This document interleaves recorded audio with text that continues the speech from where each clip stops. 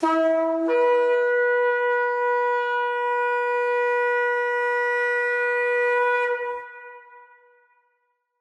going to unpack Matthew 20, a very famous parable, and I think that it is directly related to our parsha today. It's known as the parable of the vineyard workers, and it's one that's mostly overlooked. Not a lot of people delve into this one, but I think it relates directly to our parsha today. And as always, we'll read it and then we'll break it down. So let's get into it. We're in Matthew 20. It's verse 1 through to 16, the end. It's going to be on the screen if you'd like to follow along. And Yeshua spoke this parable. He said, "For the kingdom of heaven is like a landowner who went out early in the morning to hire labourers for his vineyard. Now, when he had agreed with the labourers for a denarius a day, he sent them into the vineyard. And he went out about the third hour, and he saw others standing idle by in the marketplace. And he said to them, 'You also go into the vineyard, and whatever is right I shall give to you.' So they went.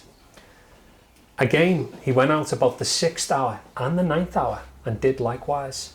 And about the 11th hour he went out again, and found others standing by idle, and said to them, 'Why have you been standing here idle all day?' And they said to him, 'Because no one has hired us.' So he said to them, 'You also go into the vineyard, and whatever is right you will receive.' So when evening had come, the owner of the vineyard said to his steward, 'Call the labourers and give them their wages, beginning with the last to the first.' Verse 9. And those who came, who were hired about the 11th hour, they each received a denarius. And when the first came, they supposed that they would receive more. But they likewise also received only a denarius. And when they had received it, they complained against the landowner, saying, 'These men, they've only worked about 1 hour, and you made them equal to us who have borne the burden and the heat of the day.' But the landowner said to one of them, 'Friend, I am not doing you any wrong. Did you not agree with me 1 denarius? Take what is yours and go your way. I wish to give to this men who were last the same as you. Is it not lawful for me to do with what I wish with my own things? Or is your eye evil because I am good? So the last will be first, and the first will be last. For many are called, and few are chosen." Now, this is a very beautiful parable, and I hope that we all have the capacity to put ourselves inside the parable, because that's what the master always tries to do. It's also in a method of dome, which is using things of earth and relating them to the kingdom of heaven. And I love it because it makes it so susceptible to us, and we can even relate to it even today. And we ourselves are always meant to place ourselves inside the parable, as the listener. So a bit of background to this. This parable is related to a landowner who is hiring servants for the day, and they receive a wage for the work that they've done.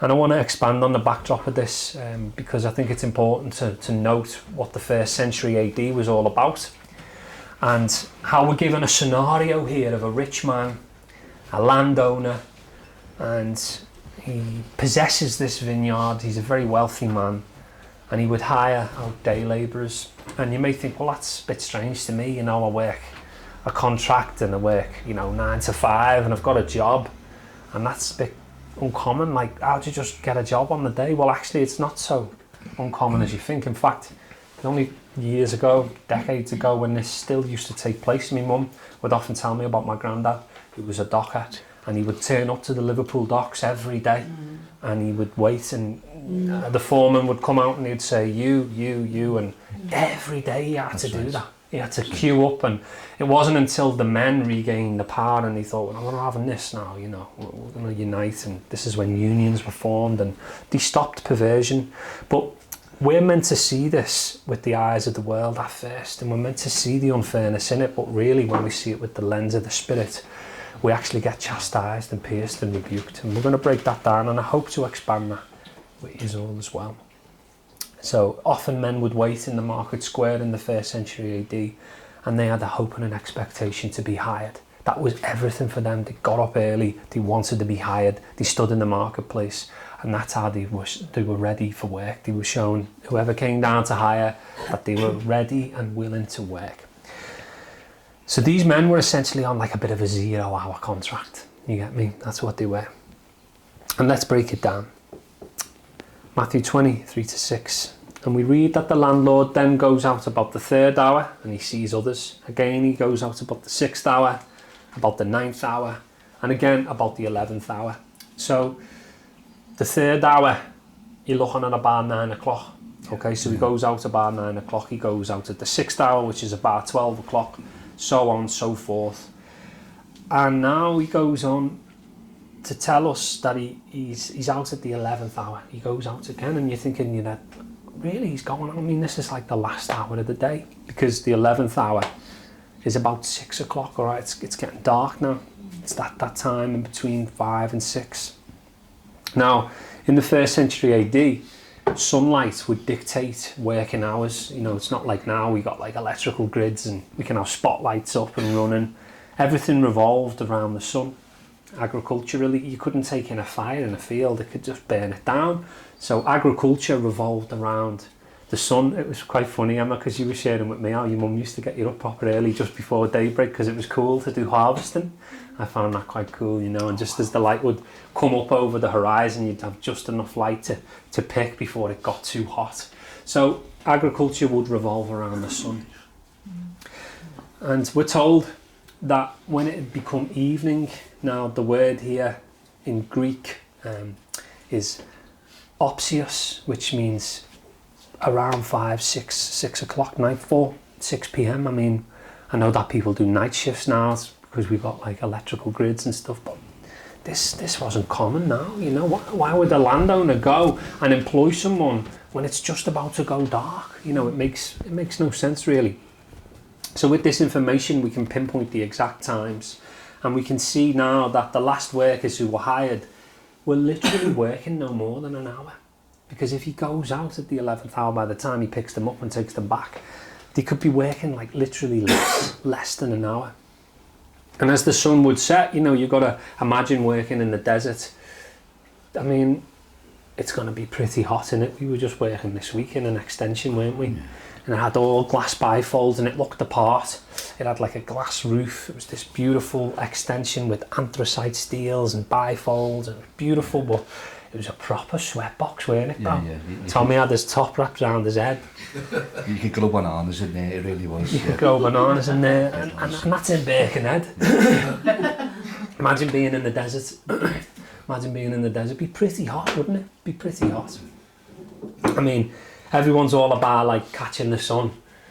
We want to sunbathe, you know. We don't want to work in it. Oh, no way, we don't want to work in it.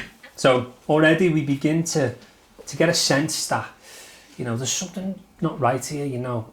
I don't know about you, but when we see that the owner of the vineyard goes out and calls the labourers and gives them their wages, and he begins to give them who had just worked an hour the same amount of money, we begin to start to feel the hardship. Because I don't know about you, but, you know, there's one place that you can get locked into the flesh by default, and it's work. It just happens. I don't know what it is. You can just get in the flesh, things go wrong, and it's work will just pull a man into the flesh, even by default. And you know what it's like in a working environment. Everything starts doing your head in, don't you? Especially when you think you get it off. You're like, he only came in. So he came in at 10 past 9, you know. And he's like, I know, mate, I've been clocking that all week, you know. And he's like, yeah, I know, I'm gonna have a word about that. And just everyone starts like bickering and nitpicking, and like everything's getting on your nerves, innit? He just walked past me and breathed, mate. He's breathing too close to me again. I know. It's just everyone just like starts like grumbling, and it's just tough, isn't it? It's just by default. It was like Adam was told, you're gonna work the field, it's part of the curse, you know, we gotta do it. So we begin to negotiate, we begin to understand that like maybe these fellas, you know, their qualms and their quarrel, the gripe that they've got, it's, you know, it's an honest protest. It's an honest protest, innit? It's like, yeah, you know, these men are getting the bad end of the stick. Hang on a minute, this fella who's worked for the last hour, he's getting paid the same as me. And look, what do we read? So when evening had come, the owner of the vineyard said to his steward, call the labourers, give them their wages.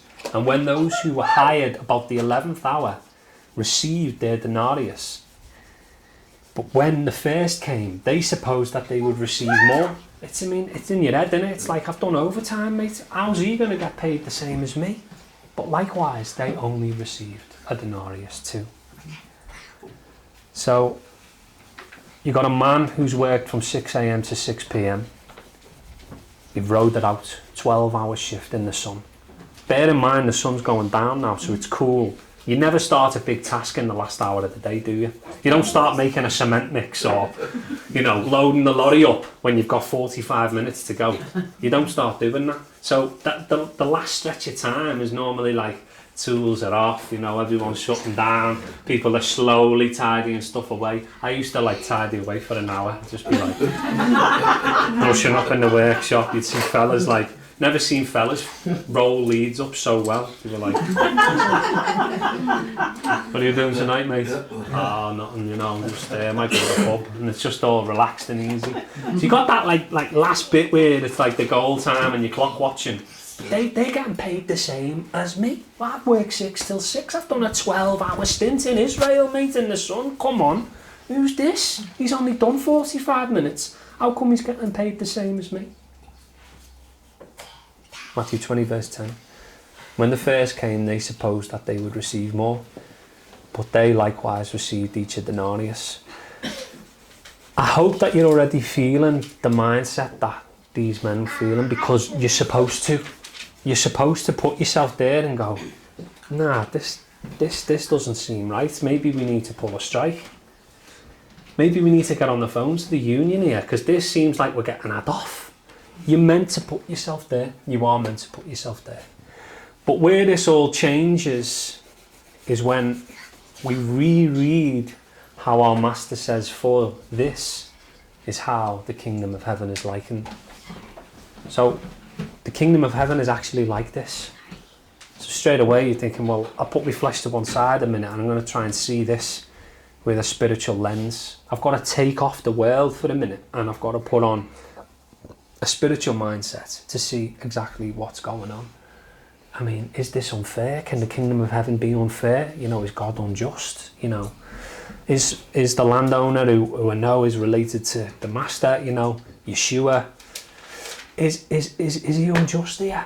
And Yeshua tells us this is what the kingdom of heaven is like. So we, in our fallen state, we're going to see injustice here.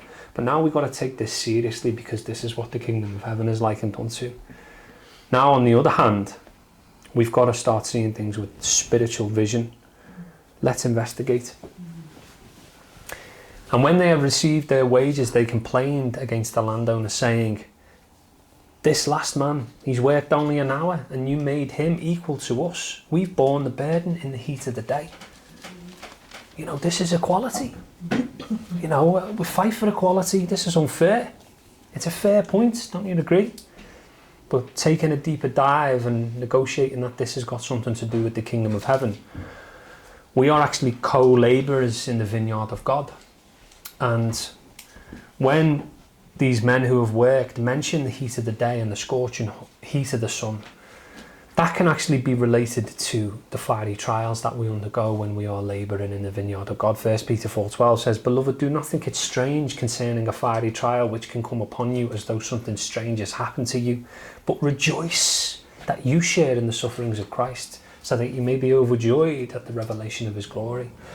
I think if the attitude of the men changed and they thought, and they didn't see the sun as like a burning sensation that they were all getting dehydrated and getting a sweat on. They actually seen it well, it's time to work me tan a bit, and I'm loving it, because I'm not being funny, but in England it's raining all the time, so when there's a bit of sun out, everyone's made up. Do you know what I mean? But the fiery trial and the scorching sun is related to the trials that we may face. Do we kick and scream when we're under trial, beloved? Do we complain? Well, Peter says, don't do it. Rejoice. Don't think something strange has come upon you. You've got to rejoice when these things happen. If only the attitude of the worker was, the sun was out, God's blessed me with a new day today. The fresh air is beating against me. I'm working up my tan. It's been great to be with my beloved. Maybe, just maybe, things would be a little bit different. But they go on to say, we've borne the burden. We've borne the burden. But Yeshua tells us, if any man come after him, we have to pick up the cross, pick up the burden and follow him. The burden of the cross seems hard when you're in the flesh. It's delicate like a feather when you're in the spirit. Because Yeshua said, my yoke is easy, my burden is light. So when you take these things into account, you begin to make a shift now. You're shifting from seeing the unfairness, and now you're seeing that the trial is actually there for a purpose, and it's sculpting us and edifying us. We all want to be changed and transformed, but we don't want the discipline and the reproof and the chastisement that comes with it. You know what I mean? Everyone wants to learn guitar, but people don't want the fingers to hurt and spend ages in the room bashing it and getting it all wrong. You know, people want to learn a martial art, but they don't want to turn up to a dojo every week and get filled in. You know what I mean? People want to learn another language, but they don't want to study it out and discipline themselves and learn it. We want all the privileges of what the blessing is, but we don't want to undergo the reforming pattern or the chastisement or the rod of the Lord that corrects us and leads us to that place of harmony. Plot twist takes place. After they've approached the master, this is what he responds. But the landlord said to one of them, friend, I do you no wrong. All right, so he makes himself a co-equal now. No longer are they workers. No longer are they employees. They're now a friend of the master. And he says, look, I've done you no wrong.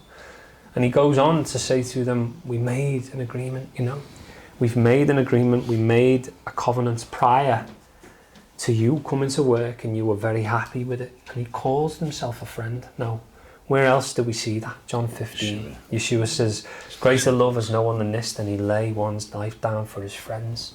No longer do I call you servants, for a servant does not know what his master is doing, but I have called you friends. For all things that I have heard from my Father, I have made known to you. Now, the master using this word, friend, he's highlighting how he didn't necessarily need to even employ these people. He didn't need to go out at the 11th hour. Do you really think that he needed work doing when there's only an hour to go? Was there something more beautiful taking place? Did he just want these men to have something to do? And did he want to pay them to give them momentum? Did he want to bring them in for a set purpose? Or was he trying to do it for his own gain?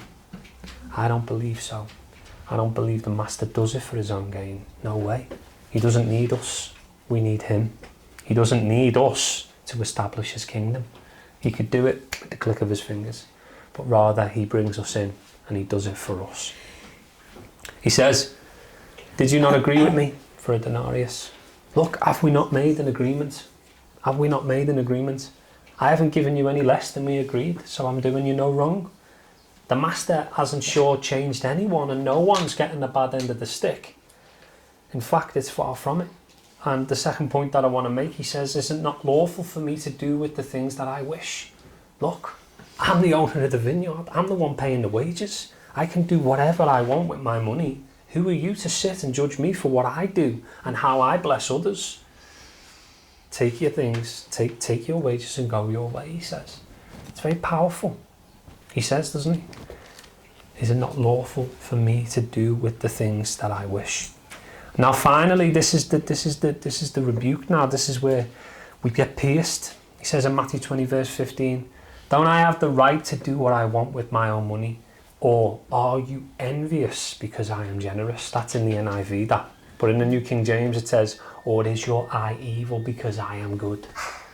We get this problem in life that we want the blessing, right? And we'll be happy to take that one denarius for just working an hour. But when we're the ones who we feel are getting the bad end of the stick, that's injustice. We want to be blessed and we want all our family to be blessed. But when it's a stranger or someone else, we want it handed in equal measure. No, they need to be measured equally. But we want that increase and that grace and that blessing.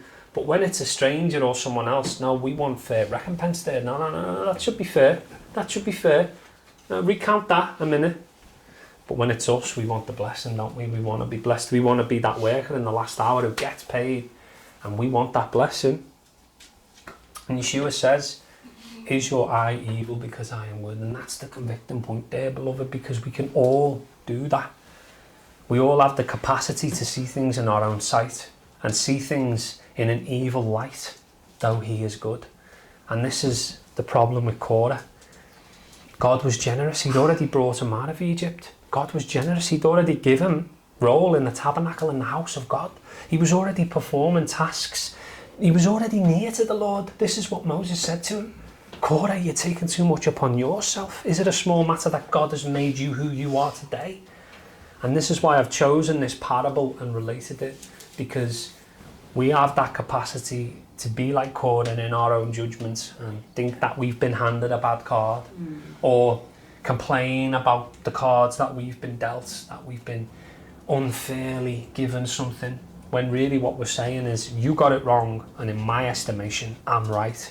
And we can covet things and not even know we've done it, you know. We can covet things and not even know that we've done it. And Yeshua, he rebukes the listener here, who is really the one who's seeing. He wants us to know and understand that God's justice is perfect. And yes, it can be extremely humbling.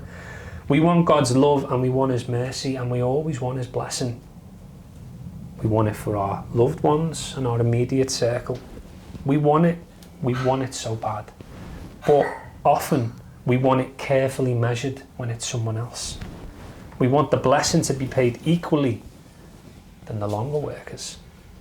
But when the shoes are on the other foot, we want the blessing restricted. And sometimes we can feel hard done by. And that's what Yeshua is trying to express here.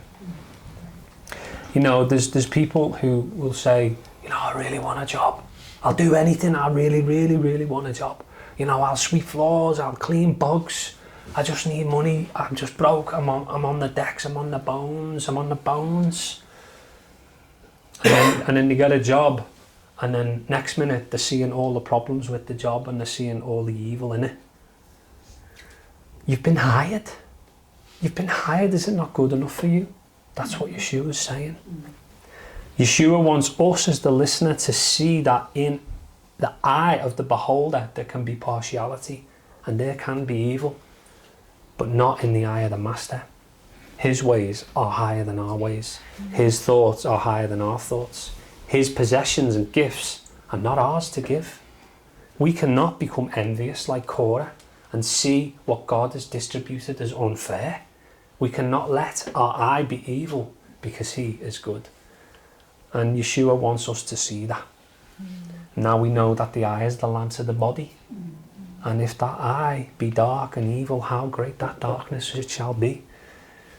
How often do we see things like that? How often are we betrayed by our evil eye? How often are we envious, or do we judge something that God has not judged the way we have? Who were we to do it, beloved? Let us not be like that. Let us be humble and meek. And I'm going to resolve this now. I'm going to resolve it. Matthew 20 verse 16, and this is it right now. You're going to miss it. You'll miss it until it's revealed. So the last will be first and the first will be last. For many are called, but few are chosen. For many are called, but few are chosen. Few are chosen for this walk, and you have been chosen. And when you're the worker, you see all the injustice, but you forget that you've been chosen. You forget that the master picked you first. And the horror behind this story is the men complain, but they were picked first, beloved. And they think they got the bad end of the stick. But let me tell you, it's worse to wait your entire life for something that you do not get. There's people out there in the world, and at the last hour they get it. The last hour they call out to God. I want you. I've been looking for you my whole life. We've got him now, beloved. We have him now. So for us to complain or to see things as injustice, it's just the crux on our own flesh. You see, beloved, there's nothing worse than standing around all day. Them people in the world, they're looking for him. We've got him. We've found him. We're the worker that got picked first. Hallelujah. Our bonus is that we get to co-labour with the master in the vineyard.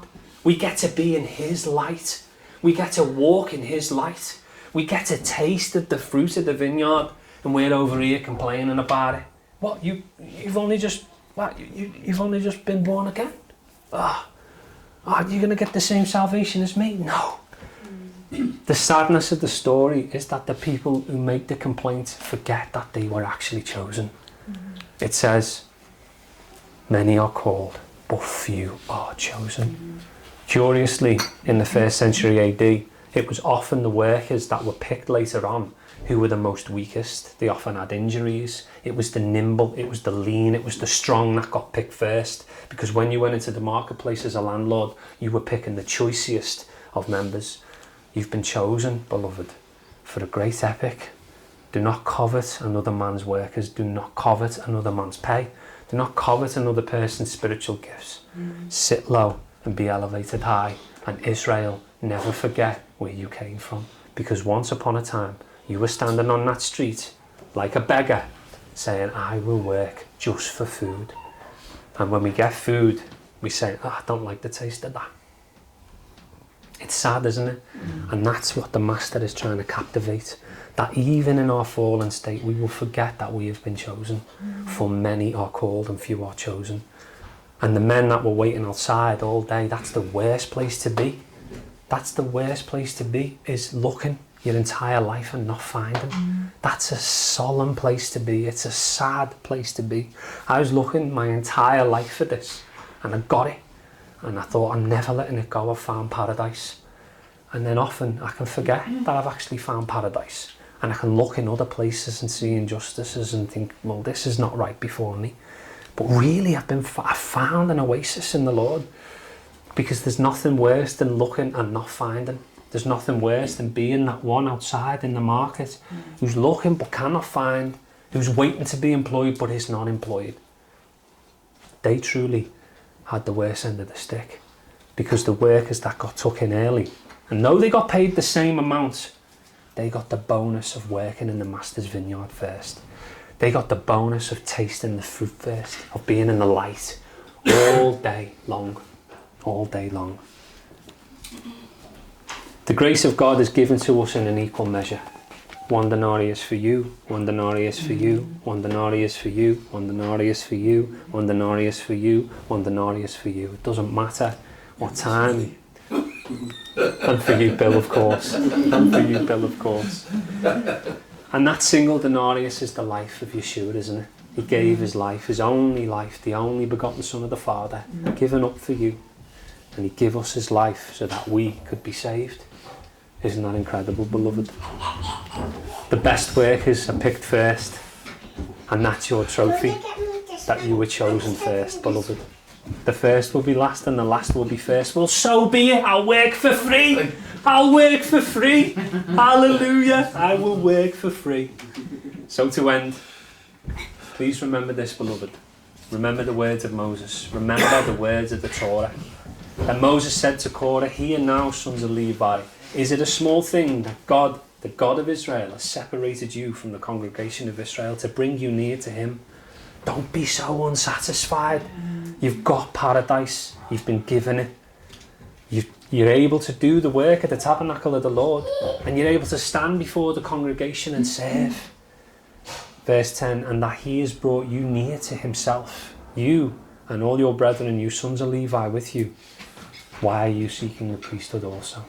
Let us not be like the unjust workers. Let us not be like the workers in the vineyard that complain and murmur when things start going wrong. Let's ride it out. We're in paradise. We've been paid a single denarius, as all our beloved has. When the scorching heat and the fiery trial, the sun comes upon us, let our roots grow deeper. We're being moulded and sculpted. Next time you're in a fiery trial, treat it as though you're getting a tan.